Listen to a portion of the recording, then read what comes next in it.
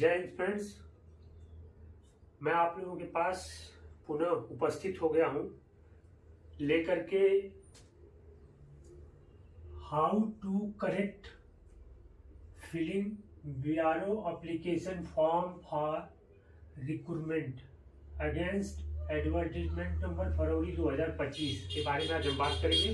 इसमें मैंने एक ऑडियो मोड में ऑलरेडी वीडियो आप लोगों के लिए शेयर कर चुका हूं, लेकिन मुझे लगा कि शायद किसी से कुछ गलती न हो जाए, तो उसके मेन पॉइंट पे हम बात करेंगे कि आप इस फॉर्म को कैसे भरेंगे और किन किन बातों पे ध्यान रखेंगे तो आपका फॉर्म बिल्कुल करेक्ट होगा और अगर आप एलिजिबल होंगे तो आपको कॉल लेटर जरूर जारी किया जाएगा। इसी टॉपिक पे आज हम बात करेंगे। तो मेन पॉइंट है एप्लीकेशन जो ओपन हो चुका है ऑलरेडी, तो ओपन ऑन 11 अक्टूबर 2025 को यह वैकेंसी जारी कर दी गई है बॉर्डर रोड ऑर्गेनाइजेशन द्वारा, जिसका लास्ट क्लोजिंग डेट है 24 नवंबर 2025। 24 नवंबर 2025 को यह एप्लीकेशन लास्ट डेट हो जाएगी इसकी। तो आपको इससे पहले यानी इस 11 अक्टूबर 25 के बाद और 24 नवंबर 2025 से पहले जो है एप्लीकेशन कहाँ पहुंच जानी चाहिए, ग्रेप सेंटर पुणे में पहुंच जानी चाहिए आपका कंप्लीट भरने के बाद। लेकिन भरना कैसे, उसमें किन किन बातों का ध्यान रखना होगा, उसके बारे में आज हम बात करेंगे। तो देखिए, मैंने पॉइंट वाइज इसमें इतना ज़्यादा मेरे पास सुविधाएं नहीं थी, जिस हिसाब से है मैं यहाँ से बताने के बाद आपको देख के फॉर्म को देख के बताऊंगा, कुछ चीज़ें नोट भी करूंगा बीच बीच में, तो आप उसे ध्यान से सुनेंगे तो आपका एप्लीकेशन रिजेक्ट नहीं होगा, ये तो कंफर्म है 100%। तो ये मेरा पॉइंट है कि हाउ टू अप्लाई विथ की points keep in your mind before filing application form. कहने का मतलब ये है कि जब आप फॉर्म भरने चलते हैं तो आपके दिमाग में किन किन बातों को ध्यान में रखना है और उसे रख करके उस फॉर्म को भरना है। इस बात का ध्यान रखेंगे तो आपका फॉर्म जो है बिल्कुल ही करेक्ट फील होगा और अगर आप एलिजिबल हो गए तो आपको जो है कॉल लेटर डेफिनेटली मिलने वाला है। इसके बाद आ जाते हैं मेन पॉइंट क्या है कि नंबर ऑफ पोस्ट। तो टोटल नंबर ऑफ पोस्ट कितने हैं? टोटल नंबर ऑफ पोस्ट है 3, यानी 3 पोस्ट के लिए आवेदन आमंत्रित किया गया है, जिसमें पहला है व्हीकल मेक, दूसरा है पेंटर।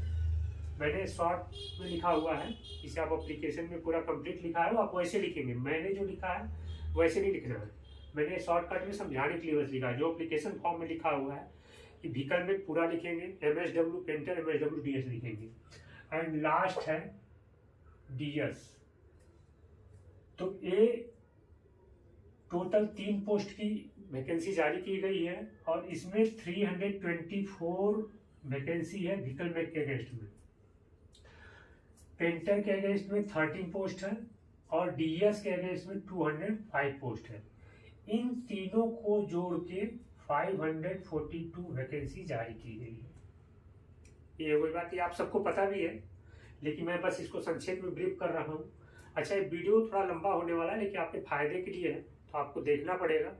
और मैं आप लोगों को बता दूं कि आप लोग देख तो लेते हैं दोस्तों, लेकिन हो सके तो अपना प्यारा सा लाइक सब्सक्राइब करेंगे तो आपको क्या होगा कि आप ही को फायदा होगा और आपको जो भी बातें मैं बताता हूँ आपके पास सीधा सबसे पहले पहुंचता है। तो बेल आइकन को हिट करें, सब्सक्राइब कर दें तो आपको फायदा होगा और आप अपने प्रियजनों को भी शेयर करें जो इस वैकेंसी को भरना चाहते हैं।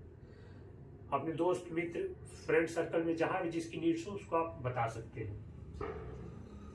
ये हो गई वैकेंसी की बात। और इसके बाद देखिए एक मेन पॉइंट आता है एज क्राइटेरिया। मैंने लिखा है age criteria as per advertisement February 2025। मतलब एज क्राइटेरिया को आपको ध्यान देना होगा बिफोर अप्लाई दिस वैकेंसी, यानी इस पोस्ट में आवेदन करने से पहले आपको ये पता होना चाहिए कि आप क्या उस एज क्राइटेरिया को फुलफिल कर रहे हैं, तभी आप आवेदन कर सकते हैं, अन्यथा नहीं कर सकते हैं। तो आप इस बात का ध्यान रखेंगे, क्योंकि इसमें ज्यादातर लोग जो इस चीज का ध्यान नहीं देते, बस वैकेंसी निकली और हमने धड़ाधड़ एप्लीकेशन भर दिया, वो नहीं करना है।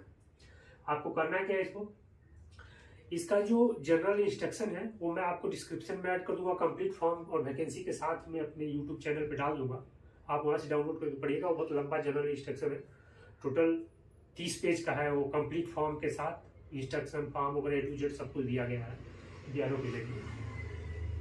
तो इसमें देखिए एज क्राइटेरिया क्या है, for vacancy serial number 1, for vacancy serial number 1 यानी सीरियल नंबर 1 की वैकेंसी है व्हीकल में, क्या है व्हीकल में। और इसमें एक क्लियर कट इंस्ट्रक्शन में दिया गया है कि date of birth candidates to be considered as on 24 नवंबर 2025, यानी ये 24 नवंबर 2025 क्या है, क्लोजिंग डेट ऑफ एप्लीकेशन। जिस डेट को एप्लीकेशन क्लोज हो रही है उस डेट तक की एप्लीकेशन यानी एज कंसीडर की जाएगी। 24 नवंबर 2025 तक की जो एप्लीकेशन वही तक क्लोजिंग डेट है, यही तक कवरअप होगा, ठीक है। तो इतने के पीरियड से आपको एज क्राइटेरिया कंप्लीट करना है, तो एक क्लोजिंग डेट है एप्लीकेशन की। और इसमें क्या आता है कि एज क्या है 18 ईयर्स टू 25 ईयर्स, एक टोटल जो है 18 से 25 साल इस ट्रेड के लिए दिया गया है, सभी कैटेगरी के लिए, यूआर के लिए भी, ओबीसी के लिए भी और SC ST के लिए भी। लेकिन होता क्या है कि ओबीसी को 3 साल की छूट मिलती है, SC ST को 5 साल की छूट मिलती है एज में, जो भारत सरकार द्वारा दिया गया है 5 ईयर्स और 3 ईयर्स के लिए। और यूआर के लिए नहीं है, इनके लिए कुछ भी नहीं है, इनको कुछ नहीं मिलता। तो इनका जो एज क्राइटेरिया कितने से कितने के बीच अगर जिसका डेट ऑफ बर्थ है वही इस एप्लीकेशन को अप्लाई कर सकता है। तो ये डेट ऑफ बर्थ की सीरीज है, 24 नवंबर 98 से लेके 24 नवंबर 2007 के बीच में जिसका जन्म हुआ है वही व्यक्ति यूआर कैटेगरी का इसे अप्लाई कर सकता है। ये यूआर कैटेगरी की बात कर रहा हूं, केवल यूआर कैटेगरी के लिए।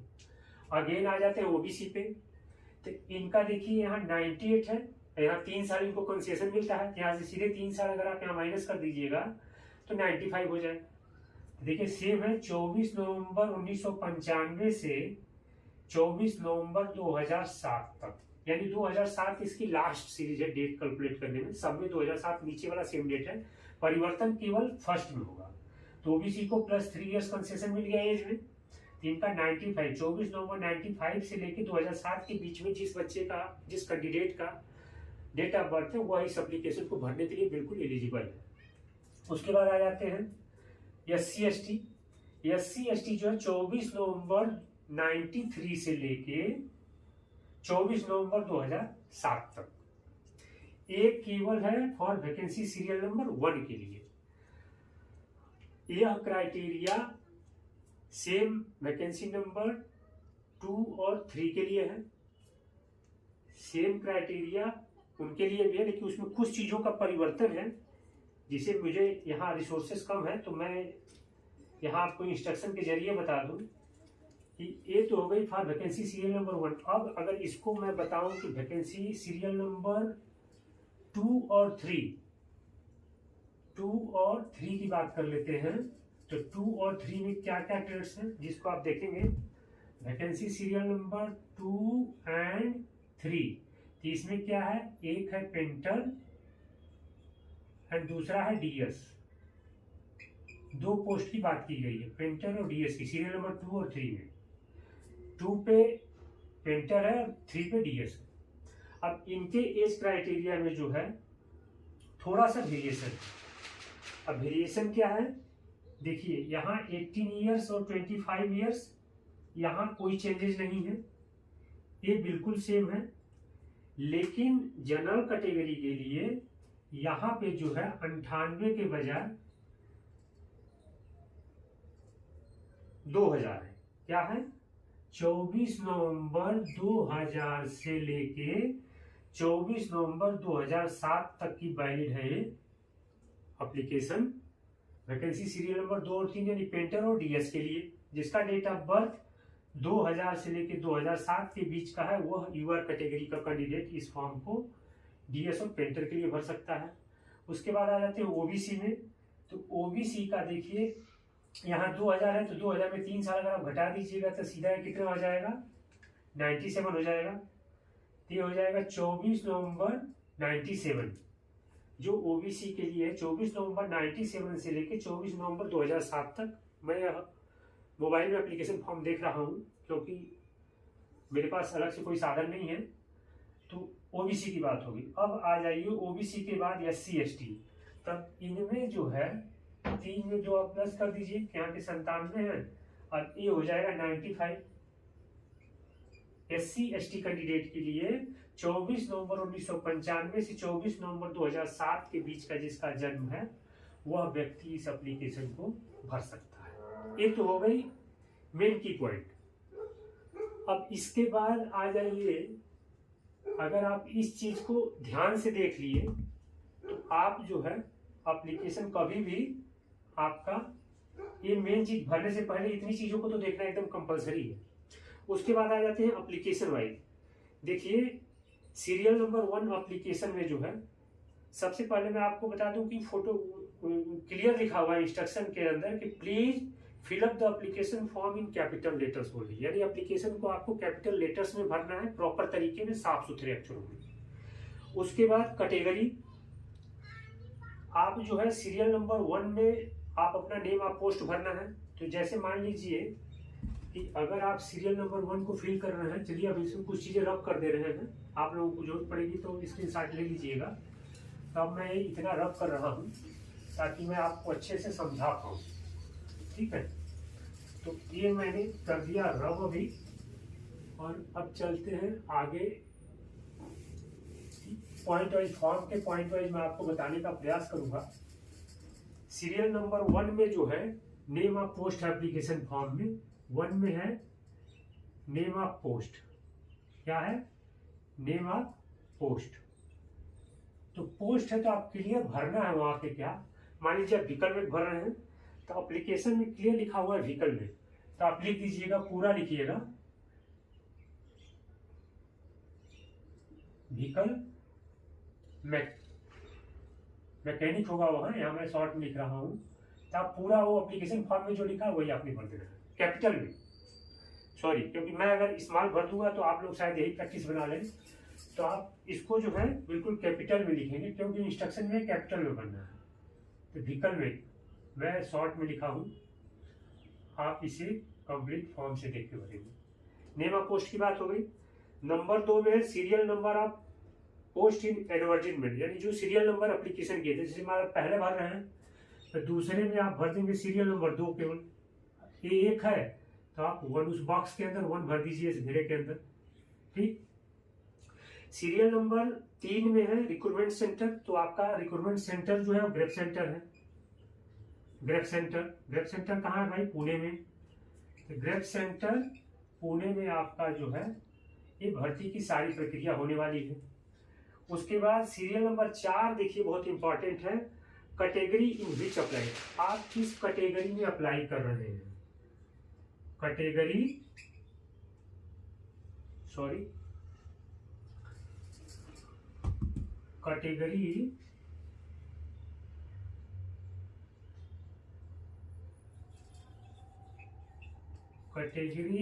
इन विच अप्लाई, आप किस कैटेगरी में अप्लाई करेंगे वो क्लियर मेंशन करना है।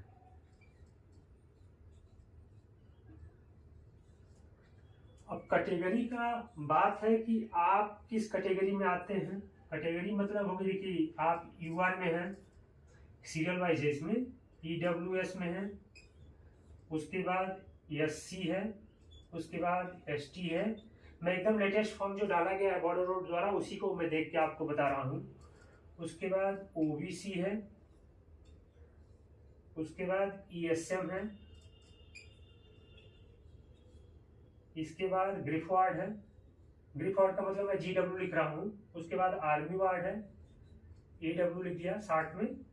उसके बाद सीपीएल है, और उसके बाद जो है पीडब्ल्यूबीडी है, पीडब्ल्यूबीडी है। ये फिजिकल हैंडीकैप के लिए है, जो लोग भरते नहीं है लेकिन दिया गया है। देखिए कैटेगरी इसमें बड़ा इंपॉर्टेंट रोल प्ले करती है। यहाँ बच्चे बहुत सारी गलतियां करते हैं। जैसे मैं पहले बात करूं, अगर आप यूआर कैटेगरी में, वो हर बच्चा फॉर्म भर सकता है जो उस एज क्राइटेरिया में, जैसे एससी एसटी का कैंडिडेट भी यूआर कैटेगरी में अपने एप्लीकेशन को अप्लाई कर सकता है, अगर वह पूरी क्राइटेरिया को फुलफिल कर रहा है जो जनरल इंस्ट्रक्शन में ऑलरेडी दिया गया है। अब बात आती है ईडब्ल्यूएस की। तो यूआर कैटेगरी के कैंडिडेट कुछ हैं जो ईडब्ल्यूएस में आते हैं, तो वो क्या करते हैं कि यूआर में भी टिक मार देंगे, ईडब्ल्यूएस में भी टिक मार देंगे। नहीं, ऐसा नहीं करना है आपने। अगर आप ईडब्ल्यूएस अप्लाई कर रहे हैं तो आप केवल ईडब्ल्यूएस में ही टिक मारेंगे, यूआर को छोड़ देंगे, क्योंकि यहाँ अंडरस्टूड हो जाता है कि ईडब्ल्यूएस यूआर कैंडिडेट ही ईडब्ल्यूएस है। जो बिलो 8 लाख इनकम जिसकी है वही व्यक्ति ईडब्ल्यूएस कैटेगरी में अप्लाई कर सकता है। और उसके लिए क्लियर एक इंस्ट्रक्शन दिया गया है कि देखिए, इसमें एक बात लिखी गई है, कौन से कॉलम पे, सीरियल नंबर 8 पे है, whether belong to economically weakers seeking EWS supporting document to be attach separately. अगर आप ईडब्ल्यूएस कोटे में फॉर्म को भर रहे हैं तो आपको ईडब्ल्यूएस सर्टिफिकेट प्रॉपर जो है अपने तालुके यानी तहसील से बनवा करके उसे लगाना है, जो 1 साल के अंदर 1 साल की वैलिडिटी का ही होगा। अगर हो सके तो आप 11 अक्टूबर 2025 के बाद का ही बनवाएं, ताकि आपकी वैलिडिटी बिल्कुल कंसीडर होगी, क्योंकि टाइम बहुत है, अभी भी टाइम है। तो आप जो है अभी भी बनवा के फॉर्म को भर देंगे। फॉर्म पहुंचने में 1 हफ्ता 7-8 दिन ज़्यादा लगता है, स्पीड पोस्ट आप कर देंगे तो पहुंच जाएगा। तो आप बनवा करके अभी की डेट में भरेंगे, तभी आप जो है इस चीज़ पे आगे जाएंगे। थे ये हुई यूआर ईडब्ल्यूएस के बाद। अब आ जाते हैं SC ST। SC ST candidate को तो सिंपल है कि इनको अपना सर्टिफिकेट SC ST सर्टिफिकेट बनवाना है, जो इसमें अपेंडिक्स के अकॉर्डिंग पूरा फॉर्म में दिया गया हुआ है, BCDE तक दिया हुआ है। इवन तो एक अंडरटेकिंग भी दिया गया है NCL वालों के लिए, जो आगे बात करूंगा। SC ST candidate SC ST certificate latest का बनवाएंगे। OBC कैंडिडेट, देखिए यहाँ पे OBC एक होता है कि बिलो पॉवर्टी लेवल, जो NCL के अंदर नहीं आते, और एक जो है NCL के अंदर आते हैं। तो जो NCL के अंदर आते हैं वो अपना NCL सर्टिफिकेट जो है 11 अक्टूबर 2025 के बाद का बना हो, या 1 साल के ड्यूरेशन का ही होना चाहिए। 1 साल से पुराना है तो आपका एप्लीकेशन NCL में कंसीडर नहीं होगी, और हो सके तो आपकी एप्लीकेशन रिजेक्ट कर दी जाएगी। तो आप इस बात का ध्यान देंगे। उसके बाद आ जाते हैं ESM की बात कर लेते हैं। ये एक सर्विसमैन जो हमारे आर्मी से, डिफेंस से जो बंदे आफ्टर रिटायरमेंट 15 साल 20 साल की नौकरी करके रिटायर आ जाते हैं, तो वो जो है अपने रिटायरमेंट होने के 1 साल के अंदर ही इस फॉर्म को भर सकते हैं। उसके बाद के लोग इस फॉर्म को नहीं भर सकते। और वो जो है अपना total length of service, serial number 5 में length of service ESM in years में आपने भरना है। मान लीजिए आपने 15 ईयर्स किया है लेंथ ऑफ सर्विस, तो लेंथ ऑफ सर्विस जो है ESM वाले भाई लोग आप भरेंगे। 15 ईयर्स कोई किया होगा, कोई 20 किया होगा, कोई 25 ईयर्स किया होगा, जो किया होगा वो भरेगा। उसके बाद हम आ जाते हैं ग्रिफ वार्ड, GW यानी ग्रिफ वार्ड। देखिए ग्रिफ वार्ड में बहुत से लोग मिस्टेक्स करते हैं। ग्रिफ वार्ड में क्या करते हैं लोग, बहुत से मिस्टेक्स करते हैं कि एप्लीकेशन भर देंगे, अपने बच्चे की एप्लीकेशन भर दिया, बच्चे ने भर दिया, और करते क्या है कि उसका कोई प्रूफ नहीं लगाते कि हम ग्रिफ वार्ड है। यानी अगर आप ग्रिफ वार्ड है तो भाई कुछ तो प्रूफ चाहिए ना।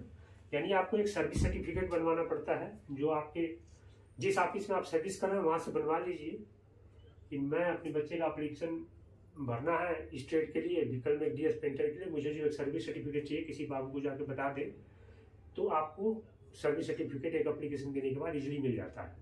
तो आप उसे उस एप्लीकेशन के साथ लगा के भेजना है। अगर आप बगैर सर्विस सर्टिफिकेट, हम बात कर रहे हैं किसकी, ग्रिफ वार्ड की, चलिए ऐसे क्लियर कर देते हैं। अभी हम बात कर रहे हैं ग्रिफ वार्ड।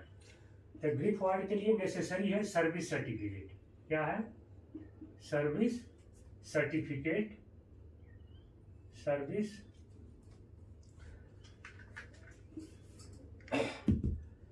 सर्विस सर्टिफिकेट जिसमें बच्चे का नाम, डेट ऑफ बर्थ, बच्चे का नाम, date of birth as per service documents and matched with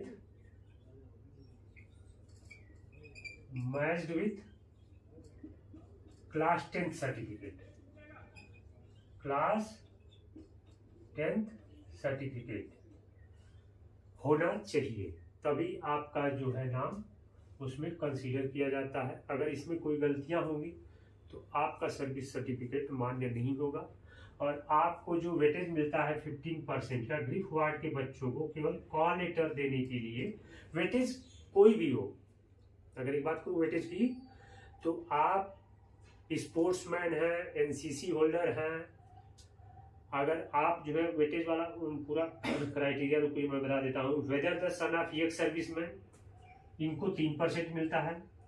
weather the son of grief public retired grippers, इनको 15% मिलेगा। देखिए पहला है आर्मी वार्ड, आर्मी वार्ड वाले को 3% मिलता है, 3%। इसमें जनरल इंस्ट्रक्शन में सारी बातें लिखी हुई हैं। ग्रिफ वार्ड को 15% मिलता है। Whether any brother serving in grief public army, अगर आपका ब्रदर सर्विस कर रहा है ग्रिफ और आर्मी में, यहाँ आपके लिए कोई परसेंटेज नहीं है, ये नील है। Whether do you hold NCC B certificate या do you hold NCC C certificate, अगर आप बी और सी दोनों करके रखे हैं तो आप केवल सी लगाएंगे। कौन सा लगाएंगे? एनसीसी सी सर्टिफिकेट लगा देंगे, क्योंकि इसका आपको 10% डायरेक्ट मिल जाएगा। अगर आप दोनों भी लगाए हैं तो आपको वहाँ ऑटोमेटिकली जो है 10% आपका कंसीडर किया जाता है सी के बेस पे। तो आई होप आप लोगों को ये अंडरस्टैंड हो गया होगा। चलिए अब आगे बढ़ते हैं। ये ग्रिफ वार्ड की बात हो गई, इसके बाद आ जाते हैं, अभी हम वेटेज पे ही बात कर रहे हैं। इसके बाद आता है वेदर, क्योंकि वेटेज कनेक्ट टू ए सीपीएल्स हो गए, जेएनके माइग्रेट हो गए, आरयू स्पोर्ट्स हो गए। तो चलिए एनसीसी के बाद आता है वेदर यू आर सीपीएल्स। तो आप सीपीएल्स की बात कर दें तो अगर आप सीपीएल कैंडिडेट हैं तो आप 10% आपको मिलता है केवल किस लिए? कॉल लेटर के लिए, कॉल लेटर के लिए। लेकिन यहाँ ध्यान क्या देने वाली बात है कि आप 11 अक्टूबर 2025 के बाद का ही आपका सर्टिफिकेट बना होना चाहिए, या 1 साल के अंदर का। यानी जैसे भर्ती 11 अक्टूबर 25 को निकली, आप लोगों को पता चल ही गया होगा, आप लोग बनवा लिए होंगे। लेकिन अगर किसी के पास पुराना होगा और वही लगा के भेजेगा तो वह मान्य नहीं होगा, वहाँ आपका 10% काट दिया जाएगा। तो अभी भी टाइम है, आप अपना एप्लीकेशन दे करके एक्सपीरियंस सर्टिफिकेट जो है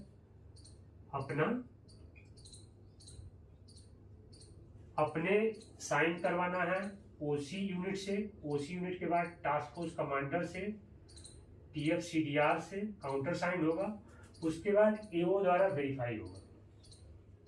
तो ये कंप्लीट प्रोसेस करने के बाद आप एप्लीकेशन फॉर्म जो है फिल करके उसके साथ लगा देंगे, तब आप 10% के लिए एलिजिबल होंगे। अदरवाइज मान लीजिए कि अगर आपने 1 साल पहले 1 ईयर्स ओल्ड अगर आपने सर्टिफिकेट बना के रखा है तो आपको वहाँ पे 10% नहीं मिलेगा। क्या होगा? आपका 10% लेस कर दिया जाएगा, यानी माइनस, मिलेगा ही नहीं, इसकी कोई जिक्र मत करिए, मिलेगा ही नहीं, मतलब आपको 10% नहीं मिलने वाला है। इस बात का आप ध्यान देंगे। तो ये हो गई बात सीपीएल्स की। इसके बाद आ जाते हैं स्पोर्ट्स सर्टिफिकेट। देखिए स्पोर्ट्स सर्टिफिकेट्स की अगर बात करें, स्पोर्ट्स सर्टिफिकेट्स का जो कंसेशन मिलता है वो है, देखिए इसमें क्लियर लिखा हुआ है स्पोर्ट्स सर्टिफिकेट्स के बारे में, लिखा है कि इफ यस, अगर आप यस लिखते हैं तो for above column 15 right 1 for state level and 2 for district level and 3 for university level. आप 1 लिखेंगे तो स्टेट लेवल माना जाएगा, 2 लिखेंगे तो डिस्ट्रिक्ट लेवल माना जाएगा, ठीक है, और 3 लिख देंगे तो यूनिवर्सिटी लेवल माना जाएगा, ठीक। ये स्टेट समझ लीजिए इसको। तो आप जो है वही सर्टिफिकेट लगाएंगे तो आपको जो है यहाँ 5% का वेटेज मिलता है। इसके अलावा अगर आप किसी भी प्राइवेट संस्था से सर्टिफिकेट जारी करवाए हैं तो वह मान्य नहीं किया जाता है, उस पर कोई परसेंटेज नहीं मिलता है। यानी जैसे स्पोर्ट्स एसोसिएशन हो गया, बहुत से आजकल चल रहे हैं स्पोर्ट्स एसोसिएशन, अगर आप एसोसिएशन का सर्टिफिकेट लगाएंगे तो आपको जो है उस पर परसेंटेज नहीं मिलेगा, क्योंकि वो वैलिड नहीं है गवर्नमेंट भारत सरकार के अंदर।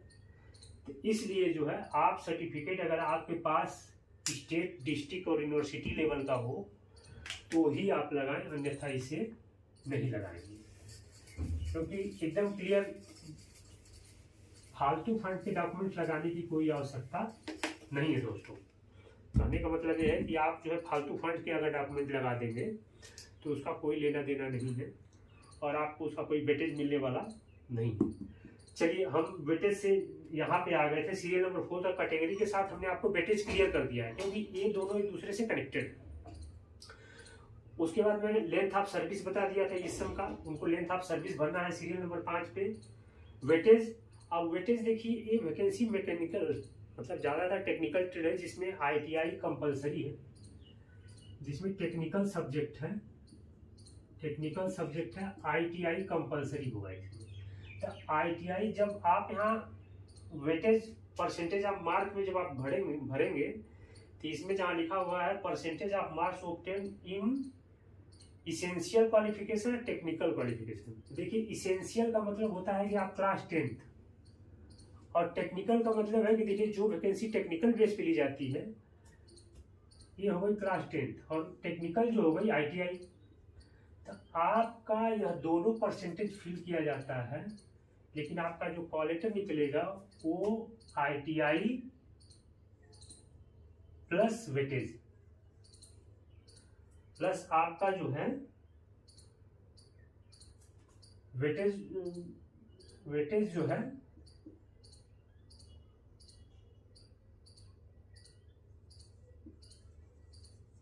वेटेज वाली कैटेगरी का जो परसेंटेज है। मान लीजिए अगर आपने NCC किया है तो आपको 10%, NCC C है तो 10% मिल जाएगा। जैसे मान लीजिए आप ITI में आपके 80% है प्लस NCC में 10 है, तो आपको टोटल जोड़ के लिख देना है वहाँ 90%। और कोई ग्रिफ वार्ड अगर भर रहा है तो उनके बच्चे का 75 है और उसने NCC भी किया हुआ है और ग्रिफ वार्ड भी है, तो NCC C में 10% मिलता है लेकिन ग्रिफ वार्ड में 15% मिलता है। तो आपको वहाँ 75 प्लस 15 डालना है और ये मिला के हो गया, ये भी जो है देखिए आपका 90 हो गया, 5 5 10 7 1 8 1 9 90%। तो आपका जो वेटेज ज्यादा है किसी एक में ही मिलना है तो आप वो भरेंगे, ठीक है। तो जैसे किसी का एक से ज्यादा वेटेज होगा, कोई ग्रिफ वार्ड भी होगा, NCC भी होगा, कोई स्पोर्ट्स भी होगा, कोई NCC भी होगा, कोई ग्रिफ वार्ड भी होगा, तो इसमें क्लियर इंस्ट्रक्शन में बताया गया है कि आपको केवल एक ही वेटेज मिलने वाला है। तो आप उन्हीं दोनों को आप जोड़ करके टोटल्स में लाके फिल कर देंगे, ठीक है। टोटल में आप 90% फिल कर देंगे, ना कि सारा 3 4 सारे का जोड़ करके जोड़ दीजिए तो वो आपका मान्य नहीं होता है। चलिए, अब आ जाते हैं सीरियल नंबर 7 पे कि whether belong to minority community, if yes which community. अगर आप माइनॉरिटी कम्युनिटी यानी Muslim, Christian, Sikh, Buddhist, if any other please specify, अगर आप जिसमें हैं वहां टिक मार दीजिए। इसके बाद आता है 6 नंबर में कि वेदर बिलोंग टू इकोनॉमिकली वीकर्स। मैंने इसके बारे में पहले जिक्र कर दिया था। EWS अगर आप हैं तो supporting document to be attach separately, अगर EWS है तो आपको सपोर्टिंग डॉक्यूमेंट बिल्कुल सेपरेट भरना है। उसके बाद देखिए सीरियल नंबर 9 पे है name of candidate in block letters as per 10th matriculation certificate. एक क्लियर लिखा हुआ है, इसका लिखने का मतलब है भाई, लिखने का मतलब है कि आपका जो 10वीं में 10 के सर्टिफिकेट के ऊपर जो आपका नाम लिखा है, जिस तरह लिखा है वही आपको इसके अंदर भरना है। अपने तरफ से कुछ भी इधर का उधर नहीं करना है। अगर आप अपने तरफ से करते हैं तो वो एप्लीकेशन रिजेक्ट होने के चांसेस होते हैं, और हो सके तो सारा डॉक्यूमेंट आपका उसी के बेस पे बना होना चाहिए। उसके बाद है 10 में father's name in block letters, आपके पिताजी का नाम भी एज पर 10th सर्टिफिकेट ही होना चाहिए। उसके बाद 11 नंबर है date of birth as per 10th matriculation certificate. जो आपका डेट ऑफ बर्थ है वह केवल इसेंशियल क्वालिफिकेशन क्लास 10th का ही मान्य किया जाता है, वही सर्टिफिकेट आपका मान्य होगा जिसपे आपका डेट ऑफ बर्थ होता है, तो केवल क्लास 10th के सर्टिफिकेट पे होता है। और ITI में भी कहीं कोई मेंशन करता है तो वो लिखता है कि as per class 10th certificate, तो इस बात का आप ध्यान देंगे क्लास 10th का सर्टिफिकेट कंपलसरी लगाना विथ ITI जो आपके पास होगा टेक्निकल, तो डेट ऑफ बर्थ भरेंगे। उसके बाद परमानेंट होम एड्रेस और प्रेजेंट पोस्टल एड्रेस। परमानेंट का मतलब है कि जहाँ आपका घर है वो हो गया आपका परमानेंट होम एड्रेस। और आप मान लीजिए कि परमानेंट पे आप न रह करके आप कहीं दिल्ली, मुंबई, लखनऊ, कानपुर कहीं भी रह रहे हो तो आपका प्रेजेंट तो होगा। तो प्रेजेंट का मतलब ये है कि आप प्रेजेंट में जहाँ रह रहे हैं वहीं पे आपको कॉल लेटर चाहिए। तो परमानेंट में परमानेंट भरिए और प्रेजेंट में प्रेजेंट भरिए, और जो प्रेजेंट में भरेंगे वही आप अपने एडमिट कार्ड वाले में भी एप्लीकेशन में भरेंगे, ताकि आपका कॉल लेटर आपको सही डेस्टिनेशन भी मिले, जिसकी वजह से आपको कोई परेशानी का सामना न करना पड़ेगा। मान लीजिए आप पुणे में बैठे हैं और आप रहने वाले बिहार या यूपी के हैं, तो आपको फिर वो डॉक्यूमेंट्स वहाँ से वहाँ जाने में या आपको वहाँ से आके कलेक्ट करके ले जाना पड़ेगा। तो आप इस बात का ध्यान रख सकते हैं इस चीज़ के बारे में। और अगर जिसका सेम है, घर पे ही रह रहा है, तो परमानेंट एड्रेस आप लिख सकता है सीरियल नंबर 13 में सेम है सीरियल नंबर 12, फिर वहाँ पूरा डिटेल भरने की जरूरत नहीं। उसके बाद आते हैं सीरियल नंबर 14 पे, अप्लीकेशन फी डिटेल्स। देखिए ये बड़ा इंपॉर्टेंट पॉइंट है, वो सब तो बेसिक है, सभी भर लेते हैं। एप्लीकेशन फी जिसके बहुत से बच्चे भर देते हैं और बहुत सी गलतियां करते हैं। तो एक तो ये जो है आपका ऑनलाइन मोड में ही भरना है, ऑनलाइन मोड ही केवल एक्सेप्टेड है।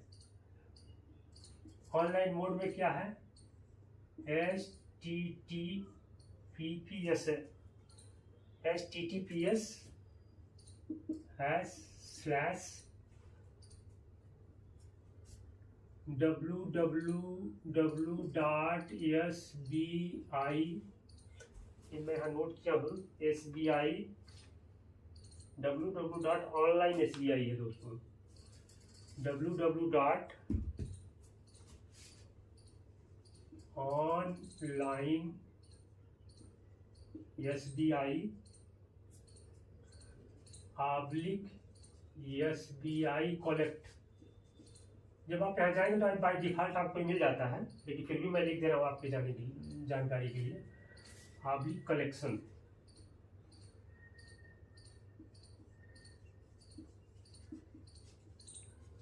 collection.htm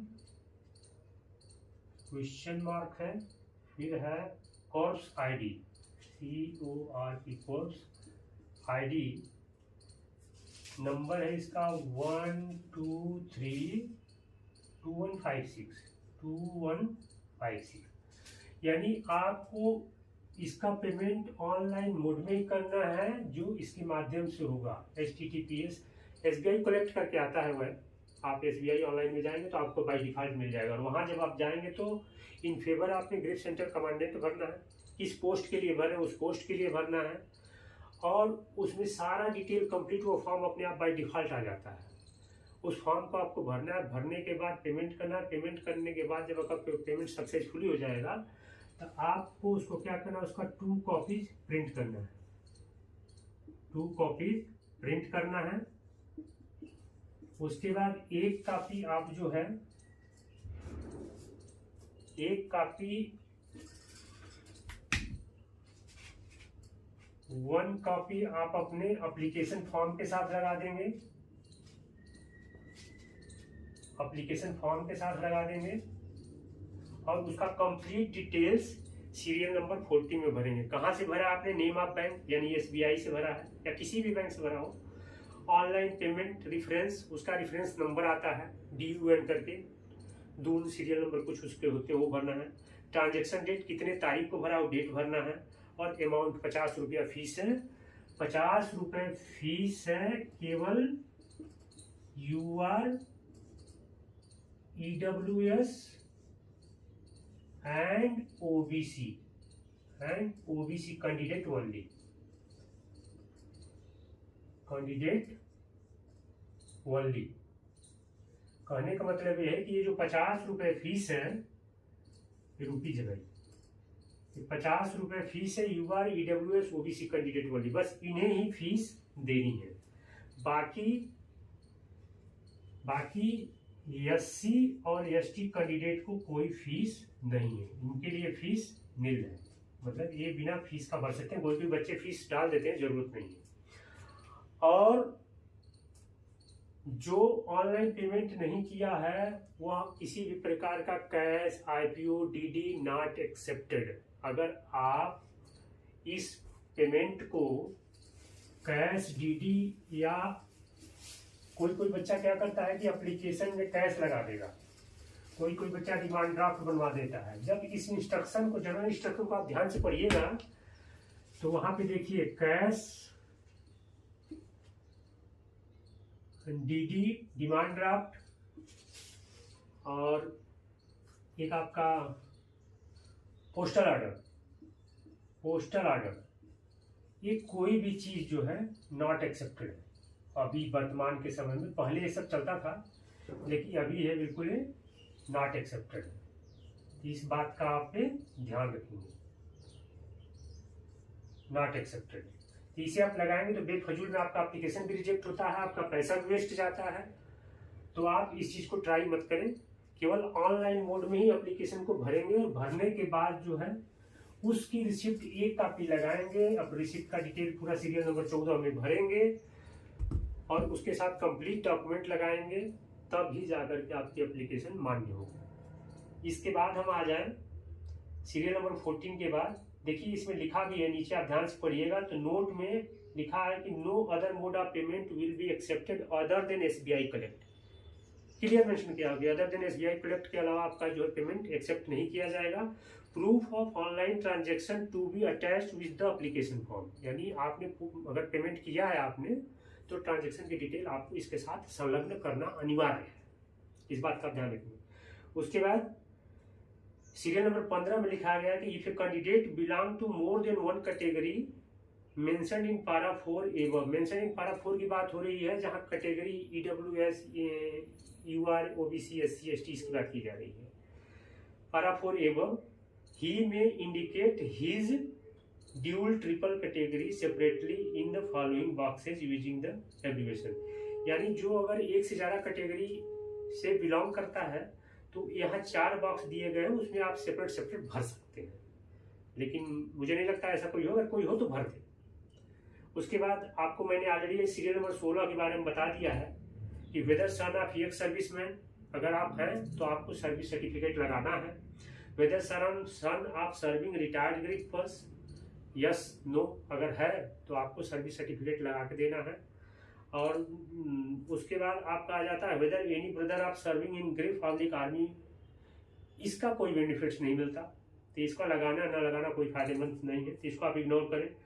do you hold NCC B certificate, अगर आपके पास एनसीसी बी है तो आप जरूर लगाएं, क्योंकि एनसीसी बी से जो है एनसीसी बी सर्टिफिकेट अगर आपके पास अवेलेबल है तो कॉल लेटर के लिए आपको 5% वेटेज में ऐड हो जाता है आपके इसेंशियल क्वालिफिकेशन के साथ।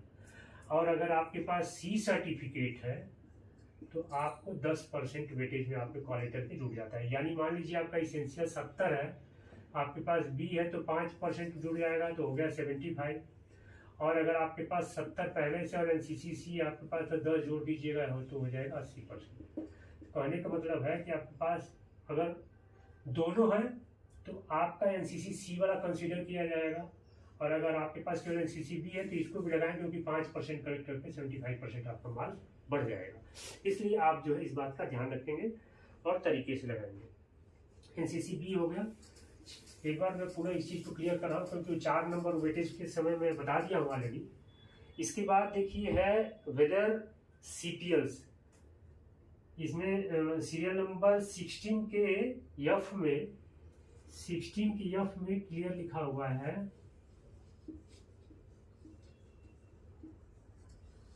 वेदर सीपीएल, क्या आप सीपीएल हैं तो आपको यस या नो करना है। अगर आप हैं, मान लीजिए अगर आप हैं यस कहते हैं तो आपको किन किन बातों का ध्यान रखना होगा। तो अगर आप यस कहते हैं तो आपका जो है CPL experience certificate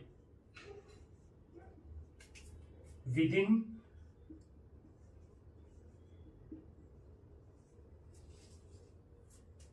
within 1 year का होना चाहिए, ठीक है। CPL experience certificate with in 1 years के अंदर का होना चाहिए। लेकिन अगर आपकी इस वैकेंसी से पहले का साइन है तो दिक्कत हो जाएगी। तो आपने करना क्या है कि 11 अक्टूबर को आपको सीपीएल सर्टिफिकेट जो बनवानी है, आपका एक्सपीरियंस सर्टिफिकेट जो आप बनवाएंगे वो आप 11 अक्टूबर 2025 के बाद का बना होगा। तो आप 10% के लिए बिल्कुल एलिजिबल कैंडिडेट हैं। तो आप सीपीएल कोटे से आपका कॉल लेटर आने के चांसेज हो जाते हैं।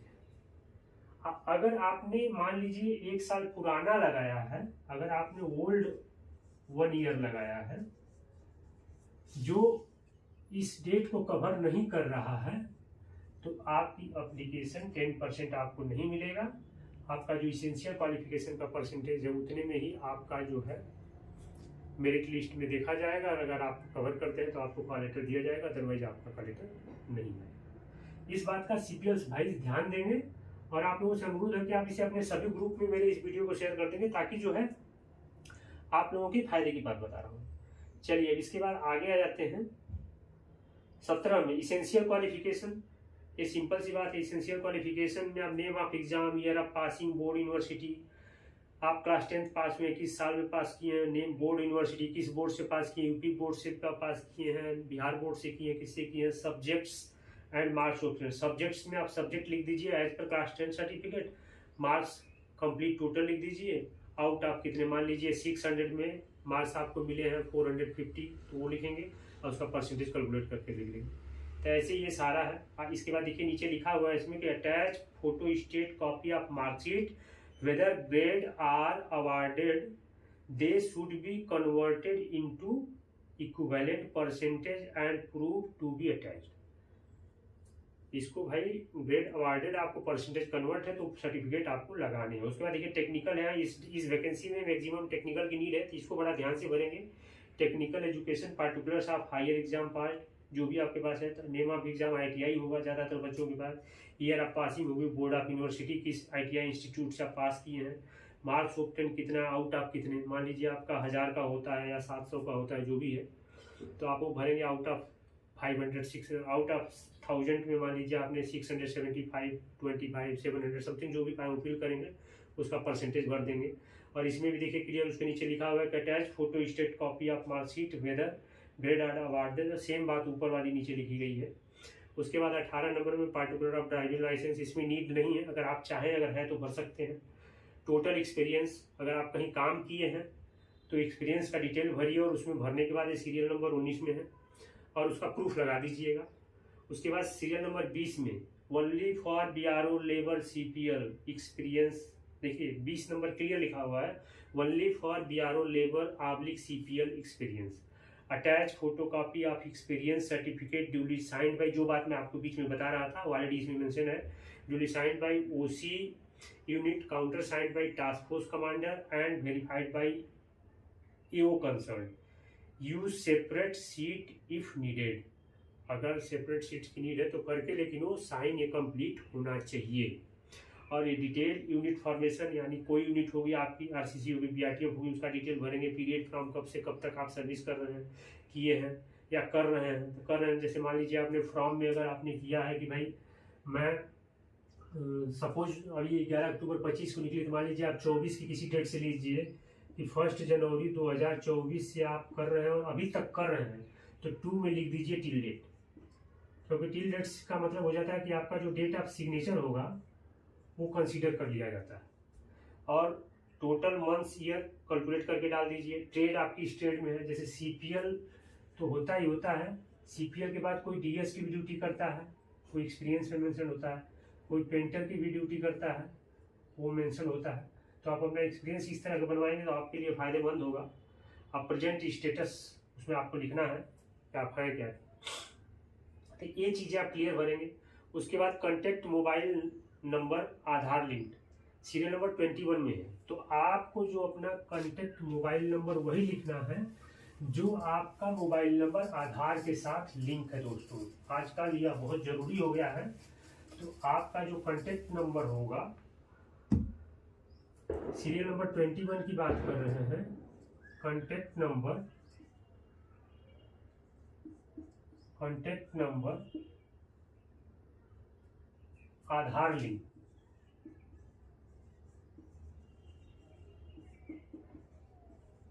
मतलब आपका जो कॉन्टेक्ट नंबर यानी मोबाइल नंबर है, मोबाइल नंबर जो भी है आपका वो आधार से लिंक होना चाहिए। उसके बाद 22 में आधार कार्ड नंबर वो भर दीजिएगा, ठीक है। आधार कार्ड नंबर वो प्रॉपर भरिएगा और साथ में लगा दीजिएगा। उसके बाद कॉन्टेक्ट ईमेल आईडी इन कैपिटल लेटर्स लिखा है, तो बहुत से बच्चे क्या करते हैं कि स्मॉल में लिख देते हैं। स्मॉल में आपका क्लियर समझ में नहीं आता, आप प्रॉपर कैपिटल में लिखिए। वहाँ सबको पता है कि ईमेल आईडी स्मॉल में होती है, वो अपने आप कर लेते हैं। तो आप जो है सीरियल नंबर 23 को ईमेल आईडी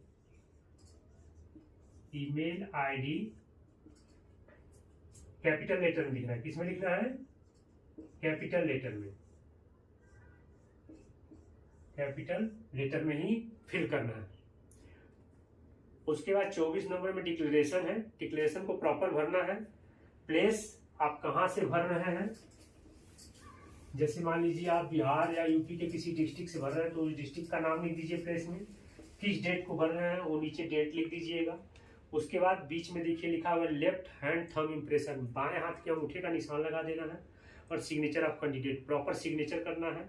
वही सिग्नेचर जो आप हर जगह करेंगे आगे के लिए, तो वैसा ही सिग्नेचर प्रॉपर करेंगे। और एक बात इसके नीचे लेफ्ट थंब इम्प्रेशन के नीचे लिखा हुआ है, ध्यान से सुनिएगा, application not signed and incomplete, application not signed and incomplete by the candidate will be rejected. अगर आपने एप्लीकेशन पे साइन नहीं किया है और थंब इम्प्रेशन लगाना भी भूल गए हैं तो आपकी एप्लीकेशन रिजेक्ट कर दी जाती है और की जाएगी। एक क्लियर, इसका कहने का मतलब ये है, ठीक है। तो इस चीज को आप बिल्कुल बारीकी से समझेंगे। और इसके बाद आ जाते हैं एडमिट कार्ड। इसके बाद जो आता है फॉर्म कंप्लीट हो गया, फॉर्म फाइलिंग कंप्लीट हो गया। अब हम आ जाते हैं एडमिट कार्ड, पेज नंबर 4 पे है एडमिट कार्ड। एडमिट कार्ड में ज़्यादा नहीं है, ज़्यादा समय नहीं लगेगा। एडमिट कार्ड में 2-3 चीज़ें, जो फोटो आपने एप्लीकेशन फॉर्म में लगाया है वही फोटो आपको एडमिट कार्ड में लगाना है। जो वियरिंग ड्रेस होगा उस फोटो की आप 8 कॉपी लगा लेंगे। और देखिए इंस्ट्रक्शन में लिखा हुआ है कि जो आपका लेटेस्ट फोटोग्राफ होना चाहिए, लेटेस्ट फोटोग्राफ्स होना चाहिए विथिन वन मंथ का। इसका within 1 month older, 1 month older, इससे ज्यादा एक्सेप्टेबल नहीं। तो आप जो है लेटेस्ट फोटोग्राफ्स अपना खिंचवाएंगे और वही फोटो की 8 कॉपी बनवा के रख लीजिए, 7-8 कॉपी, ताकि आपका बाद में चेंज नहीं हो। अगर आपके कॉल लेटर आते हैं तो वही फोटो वहाँ डिमांड की जाती है और वही फोटो आपके पास होना चाहिए आगे के लिए। तो आप वही फोटो की 8 कॉपी बना लेंगे और वही फोटो यहाँ लगाएंगे एडमिट कार्ड पे। और जहाँ फोटो के लिए फोटो दिया हो उसके बाद नेम आपने अपना यहाँ प्रॉपर कैपिटल लेटर में लिखना है, अपने पिताजी का नाम कैपिटल लेटर में लिखना, हाउस नंबर है तो डाल दीजिए। जहाँ आपने प्रेजेंट एड्रेस में जो आपने एड्रेस भरा वही एड्रेस यहाँ भरना है ताकि आपको कॉल लेटर आसानी से मिल जाए। Village, tehsil, state, Aadhaar number, post office, district, pin code, जो आपने प्रेजेंट एड्रेस के फॉर्म में भरा था, जो सीरियल नंबर कितने पे मैं आप लोगों को पुनः बता देता हूँ, सीरियल नंबर 13 पे जिसका परमानेंट और प्रेजेंट सेम हो तो सेम भर देगा वही, और जिसका प्रेजेंट पे कॉल लेटर चाहिए तो प्रेजेंट वाला जो 13 पे है वही आप एडमिट कार्ड में अपना भरेंगे ताकि आपका कॉल लेटर जो है एडमिट कार्ड प्रॉपर आपके पास पहुंच जाए। और उसके बाद देखिए एक बड़ा इसमें इंपॉर्टेंट पॉइंट है, आप पूरा भरने के बाद एक आता है, इसमें भी सिग्नेचर लेफ्ट थंब इम्प्रेशन की जरूरत पड़ती है फोटो लगाने के बाद एडमिट कार्ड में। तो एडमिट कार्ड में लिखा हुआ कि eight the time of submission of application form, उसके नीचे जब आप भरिएगा तो इसमें क्लियर लिखा हुआ है at the time of submission of application form.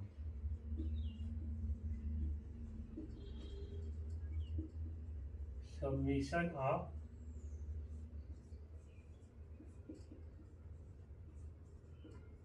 Application form, उसके बाद उसके सामने आपको देखिए एक ऐसे लाइन होगी, उसके नीचे लिखा होगा सिग्नेचर, उसके बाद एक आगे और लाइन होगी जहां लिखा हुआ left thumb impression, left thumb impression. ठीक, तो आप बस यहाँ एक सिग्नेचर करना है और एक लेफ्ट थंब इम्प्रेशन लगाना है।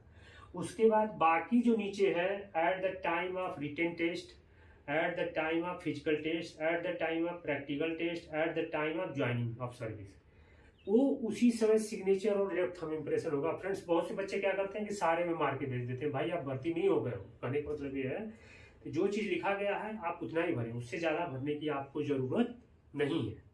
तो इतना अगर आप कर देंगे तो आपका जो है फॉर्म प्रॉपर तरीके से फिल होकर अगर पहुंच जाएगा ग्रिप सेंटर में, तो आपका कॉल लेटर आना संभावित हो जाता है। दोस्तों, एक थे मेन पॉइंट जो मैंने आप लोगों को बता दिया। अब कुछ चीज़ें हैं जो आपके इसमें, जिसके पास अगर फॉर्म नहीं होगा सर्टिफिकेट्स के, तो ये देखिए ऑलरेडी बीआरओ ने प्रोवाइड किया है, अपेंडिक्स बी में दिया हुआ है, मैं आपको डिस्क्रिप्शन में दे दूंगा पूरा। The form of certificate to be produced by scheduled caste and scheduled tribe candidate applying for appointment to the post under the Government of India।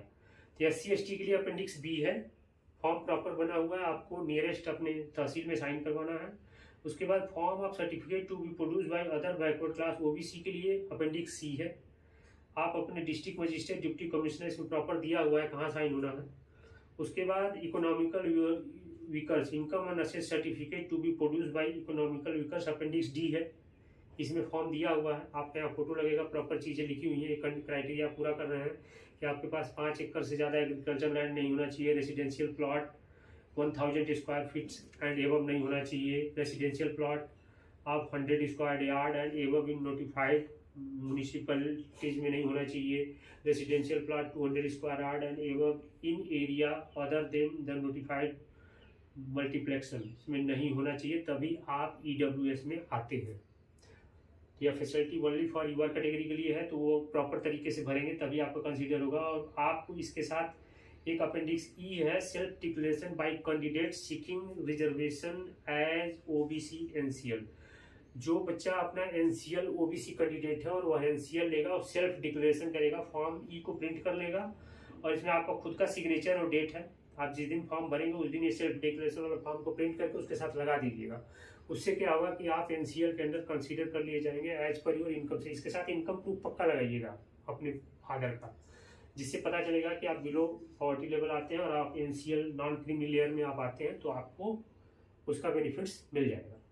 तो आप ये फॉर्म कंप्लीट भरेंगे। उसके बाद देखिए पेज नंबर 1 से लेकर जनरल इंस्ट्रक्शन इसका कंप्लीट शुरू होता है, जनरल इंस्ट्रक्शन।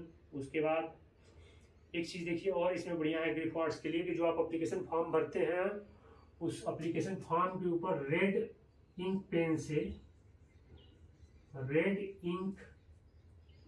पेन से अपने फादर का नाम क्या क्या लिखना है, GS number, rank and name लिखना है। उसके बाद ये तीनों चीजें रेड पेन से लिखी है, उसको प्रॉपर अंडरलाइन कर दीजिए एप्लीकेशन के टॉप में। ठीक है, ये इंस्ट्रक्शन ऑलरेडी दिया हुआ है ना। इसमें एक चीज और बता रहा है कि certificate no substitute request mark sheet alone in place of certificate will not be accepted as proof of date of birth and candidature will be cancelled. अगर आप मार्कशीट नहीं लगाए हैं डेट ऑफ बर्थ प्रूफ के लिए essential class 10th वाली, तो आपका अनदर सर्टिफिकेट कोई भी एक्सेप्ट नहीं किया जाएगा, तो आप इस बात का ध्यान रखेंगे।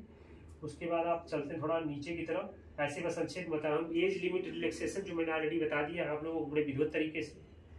और उसके बाद रिलैक्सेशन UR EWS को कुछ नहीं मिलता है, SC/ST को 5 years मिलता है, जिसके बारे में मैं अच्छे से ऑलरेडी ब्रीफ कर दिया हूँ, इसकी बात करने की जरूरत नहीं है। Weightage for issue of call letters, the son of serving retired personnels, NCCC NCCB sportsman या सर्विसमैन, केवल जो है वेटेज कॉल लेटर के लिए होता है, आगे के फर्दर प्रोसेस के लिए नहीं होता फ्रेंड्स, तो इस बात को आप क्लियरली समझ लें। उसके बाद आ जाइए, एप्लीकेशन फ़ी जो होती है इसकी नॉन रिफंडेबल होती है, और यह केवल फिर बता दे रहा हूँ कि EWS किसको पे करना है, general candidate EWS including yes serviceman और अदर बैकवर्ड क्लास OBC को 50-50 रुपये फीस पे करनी है, शेड्यूल कास्ट और शेड्यूल ट्राइब को नहीं देना है। हाउ टू अप्लाई, सिंपल तरीके से बता दूं, application will be filled up in English या हिंदी, आप किसी भी भाषा में भर सकते हैं। अभी बड़े डिटेल्स में है, इंस्ट्रक्शन आप लोग पढ़ लीजिएगा, 5 नंबर में काफ़ी है इंस्ट्रक्शन, ठीक है। इसके पास मेन पॉइंट पे मैं जिक्र कर रहा हूँ। और एक क्लोजिंग डेट से पहले आपका जो एप्लीकेशन ग्रिप सेंटर को पहुँच जाना चाहिए। Son of serving oblique EX grip person should write their father's particular that is GS number, rank and name on the top of the application, reading and attested photocopy of their relationship certificate from OC unit discharge certificate should be included। वही मैं पहले बताया हूँ, आपका 5 का serial number JL में mention है, ठीक है। Experience certificate whether required for private particulars, अगर किसी के पास है तो वो लगा देगा। कैजुअल पेड लेबर, देखिए CPS भाई लोग फिर से बता दे रहा हूँ, एक बार ध्यान से सुन लीजिए। Casual paid labour instruction O serial number, casual paid labor CPLs are required to attach experience certificate indicating CPL code number signed by OC unit, countersigned by Commander Task Force and duly verified by concerned account officer with their application. The casual paid labor should forward their application to Commandant Grip Center Pune along with the experience certificate, तभी आपको इसका benefits मिल सकता है। उसके बाद एक instruction और है आपके लिए, casual paid labor CPL who have worked for 179 days as CPL in GRIP during the last 1 year and continue to work in the organization on muster roll as on the date of publication of advertisement in newspaper is entitled for grant of 10% additional weightage। उसी को यह दिया जाएगा जो 179 days से working कर रहा है और जो वर्तमान में कर रहा है उसे 10% के लिए अप्लीकेबल है additional weightage while arriving at cut-off marks for issue of call letters subject to meeting the eligibility criteria and educational qualification as per requirement rule of the post applied for। तो ये चीज़ आपको जो है करनी है दोस्तों, तो इस बात का ध्यान दीजिएगा। इसके बाद इनवैलिड एप्लीकेशन, चलिए इसका जिक्र कर देता हूँ संक्षेप में कि आपकी एप्लीकेशन किस किस वजह से इनवैलिड होती है। बहुत अच्छा पेज नंबर 8 पे लिखा हुआ है कि एंड देखिए इसमें लिखा हुआ कि an application will be summary rejected at any stage of the recruitment process for not conforming to the official format, having incomplete information, wrong information, representation of facts unsigned, without thumb impression, without legible documents enclose, submit without field receipt, were due without photographs placed at the appropriate place and for submitting more than one application for the same post। देखिए इतनी criteria है कि जो आपकी application reject कर दी जाती है, यानी आपको जो है कोई भी काम ऐसा ना करना हो जो इस क्राइटेरिया को फुलफिल नहीं कर रहा हो, ठीक है। सिग्नेचर उस पर होनी चाहिए, प्रॉपर फॉर्मेट में एप्लीकेशन होनी चाहिए, आपको एक पोस्ट के लिए एक ही आवेदन पत्र करना है, ठीक है। 3 चीज़ों का ध्यान रखेंगे। उसके बाद आगे है लिखते हैं पैरा बी में कि application which are not filled up as per instruction of partly filled up application will not be entertain, no communication will be done for reject application. Application में be rejected due to reason such as number 1 incomplete or eligible and not submitted on prescribe format, number 2 unsigned undated without photographs, मतलब signature नहीं होती, date mention नहीं होती, without photographs नहीं mention होती, तब भी रिजेक्ट हो जाती है। विदाउट प्रॉपर सर्टिफिकेट, अगर आप कोई सर्टिफिकेट नहीं लगाए हैं तो कौन कौन सा, in central government format, in respect of SC ST OBC EWS EX serviceman and relationship certificate for wards of serving EX grip personnel and army personnel. अगर आप कोई सर्टिफिकेट नहीं लगाएंगे तभी रिजेक्ट कर दी जाएगी। अंडर एज ओवर एज, यानी जो मैंने आपको एज के बारे में बताया था, अगर आप अंडर एज है और एप्लीकेशन भर देंगे तब भी रिजेक्ट हो जाएगी, और आप ओवर एज है उस एज के ऊपर है तब भी आपकी एप्लीकेशन रिजेक्ट हो जाती है। उसके बाद not processing the requisite educational qualification eight the time of submitting application form, यानी आपका जो है एप्लीकेशन सबमिट कर रहे हो उसके साथ इसेंशियल क्वालिफिकेशन ही नहीं लगा रहे हैं तो आपकी एप्लीकेशन रिजेक्ट कर दी जाएगी। Education qualification not recognised, education qualification जो आप डाल रहे हैं और वो आपकी रिकॉग्नाइज नहीं हुई तो नहीं मिलेगा। Application received after due date, अगर आपकी एप्लीकेशन लेट से पहुंचेगी तो भी आपकी एप्लीकेशन रिजेक्ट हो जाएगी। Application without prescribed fee for UR EWS and OBC category, अगर आप यू आर EWS और OBC कैटेगरी के और आपका विदाउट फी एप्लीकेशन जा रही है तो भी रिजेक्ट हो जाएगी, और आपने फी भर दिया और रिसिप्ट लगाना भूल गए तब भी रिजेक्ट हो जाएगी। इसके बाद आ जाते हैं any other irregularity like multiple mutilated or damage application document etcetera, इसकी वजह से भी जाएगी। Attested self attested copy of testimonial not include, attested या self attested document proper testimonial होना चाहिए तो आपको उसको लगाना है। If multiple application for the same post is received from a candidate only the last application shall be consider, अगर आपने मान लीजिए एक ही पोस्ट के लिए 2-3 एप्लीकेशन आपने भर दिया है तो आपकी जो लास्ट एप्लीकेशन है वही कंसिडर होती है, और वो अगर डेट के अंदर है तभी, नहीं तो वो भी आपकी रिजेक्ट हो जानी है। उसके बाद आता है कि serving certificate for CPL candidate duly signed and dated before publishing of advertisement, अगर आपका अपनी मतलब बिफोर पब्लिशिंग ऑफ एडवर्टीजमेंट का मतलब है कि आपका जो एक्सपीरियंस सर्टिफिकेट है उससे बाद का पहले का बना हुआ है तो नहीं मान्य होता है। इसलिए मैंने बार बार आप लोगों को बताया कि 11 अक्टूबर 25 के बाद का ही बनवा करके भेजिए, थोड़ा लेट हो चलेगा लेकिन टाइम के अंदर पहुँच जाना चाहिए, तो एक ही हफ्ता लगता है पहुँचने में, तो बनवा लीजिए। Any portion of the application left unsigned, अगर कोई भी एप्लीकेशन का पोर्शन अनसाइंड है तो भी आपकी एप्लीकेशन रिजेक्ट कर दी जाती है।